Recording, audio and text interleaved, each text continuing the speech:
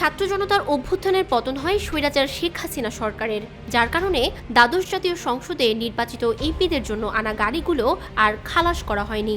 নির্বাচনের পর এমপিরা শুল্কমুক্ত সুবিধায় আমদানি করতে চেয়েছিলেন 400 কোটি টাকা মূল্যের 44টি বিলাসবহুল গাড়ি। এবার সেগুলো নিলামে উঠতে যাচ্ছে। এদিকে 44টি গাড়ি আটকা পড়লেও সুযোগ বুঝে সংসদ বিলুপ্ত হওয়ার দিন কয়েক আগে সাকিব আল হাসান, ফেরদৌস আহমেদ ও ব্যারিস্টার সাইদুল হক সুমন সহ 7 জন এমপি খালাস করে নিয়ে গেছেন 7টি গাড়ি। আরও 4 জন এমপি জমা দিয়েছিলেন তাদের নথি, তবে সেগুলো আটকে দিয়েছে কাস্টমস কর্তৃপক্ষ।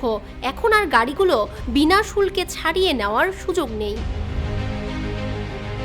কাস্টমস সূত্র জানায়, শর্ত সহজ করে গাড়িগুলো বিক্রি করে দেওয়ার সিদ্ধান্ত হয়েছে। শুল্কসহ এসব গাড়ির প্রতিটির বাজার মূল্য 10 থেকে 12 কোটি টাকা। গাড়িগুলোর ইঞ্জিন ক্যাপাসিটি 3000 থেকে 4000 সিসি। এই ধরনের গাড়ির ওপর 810% পর্যন্ত শুল্ক আরোপ হয়ে থাকে, কিন্তু এমপিরা পেতেন শুল্কমুক্ত সুবিধা।